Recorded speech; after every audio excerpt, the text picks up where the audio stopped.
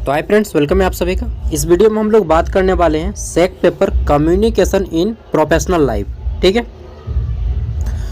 तो पेपर का नाम क्या है? Communication in professional life. Professional मतलब होता है आपका पेशेवर, लाइफ मतलब जीवन। ठीक है, तो पेशेवर जीवन में किस तरह से आपको बातचीत करना है, ये क्वेश्चन पेपर पूछा गया है सेमेस्टर 3 में सेक पेपर में। ठीक है, चलिए देखते हैं क्वेश्चन किस टाइप के यहाँ पे आते हैं। तो आज मूर्ति विसर्जन है, थोड़ा सा साउंड आपको आ सकता है, थोड़ा सा क्या बहुत ज़्यादा आएगा यार, बिल्कुल। ठीक है, टाइमिंग 3 घंटा मिलता है, यहाँ पे मत जाइए, ये मिस प्रिंट है। 3 घंटा मिलेगा इसमें आपको। ठीक है, और अलग अलग यूनिवर्सिटी में अलग अलग मार्क्स का होता है, किसी में 80 मार्क्स का होता है तो किसी में 75 मार्क्स का होता है। ठीक है, मेन चीज़ है क्वेश्चन किस टाइप के आते हैं। तो देखिए यहाँ पे बोला गया है इंस्ट्रक्शंस में कि राइट योर रोल नंबर। अरे यार इसको हटाओ ना, डायरेक्ट काम की बात करो। चलिए डायरेक्ट क्वेश्चन दिखाते हैं आपको। तो क्वेश्चन देखिए, सभी आपके लॉन्ग आंसर टाइप क्वेश्चन। पहला है कि व्हाट इज मिस कम्युनिकेशन। ठीक है, फिर पूछा गया है कि what can be the difference cause of miscommunication, explain with example.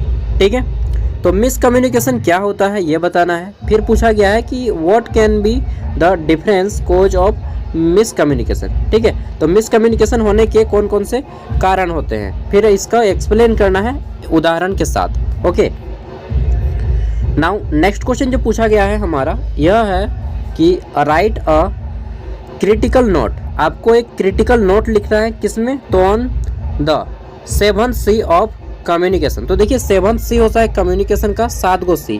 कौन कौन सी? क्लैरिटी हो गया।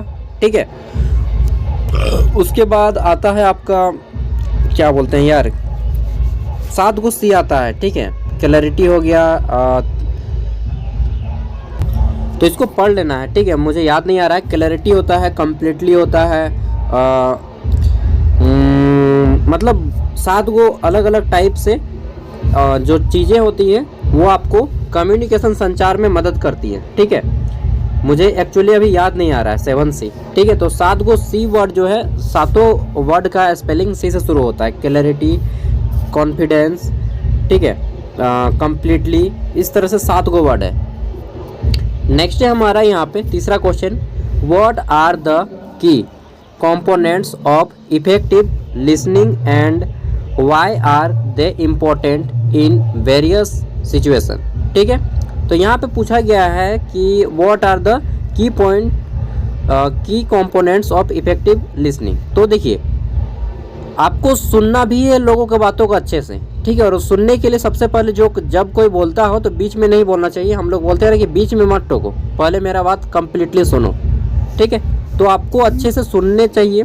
सुनने के लिए यहाँ पे बोला गया है कि इम्पोर्टेंट वेरियस सिचुएशन आपको पता चलेगा। ठीक है, तो यहाँ पे पूछा गया है कि what are the key components of effective listening and why are important in various situation. तो यह पहले अच्छे से सुनना जरूरी होता है। क्यों? क्योंकि अच्छे से सुनेंगे तभी हम लोगों की बातों को समझ पाएंगे कि अगला पर्सन हमें क्या बोलना चाह रहा है। ठीक है, देन हम लोग अच्छे से उसका आंसर कर पाएंगे। ठीक है, तो आपको इसको डिटेल में लिखना है। नेक्स्ट है हाउ कैन, एक मिनट, विसर्जन का साउंड ना बहुत ज़ोर से आ रहा है ना।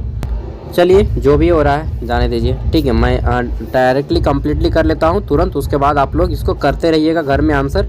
ठीक है, तो क्वेश्चन है कि how can persuasion B use in everyday life. ठीक है, दैनिक जीवन में हम लोग परसुएशन का किस तरह से यूज करते हैं। फिर बोला गया है कि एलोबरेट योर व्यूज़। ठीक है, तो अपने जो दृश्य है उसको मूल्यांकन करना है on it's use on professional settings. ठीक है, आगे देखते हैं। तो अगला हमारा क्वेश्चन है 5 नंबर। यहाँ पे पूछा गया है कि व्हाट इज मेमो। मेमो क्या होता है ये जानना है। फिर पूछा गया है कि what must be kept in mind while writing an effective memo. तो आप एक इफेक्टिव मेमो के लिए आपके दिमाग में कौन कौन से पॉइंट होने चाहिए, ठीक है, वो बताने हैं। 6 नंबर पे हमारा कि right a review of a book that you have read recently. अरे यार बहुत साउंड हो गया दोस्तों। चलिए, ये 2 ही पेज का था और ये पूरा का पूरा पेपर इंग्लिश में आया था। ठीक है, तो आप लोग भी इंग्लिश में लिखने का प्रयास करें। हालांकि अब से पेपर हिंदी इंग्लिश दोनों में आना चाहिए, लेकिन देखिए अब क्या होता है। ओके बाय, PDF वीडियो का डिस्क्रिप्शन में, वहाँ से आप लोग ले लीजिएगा।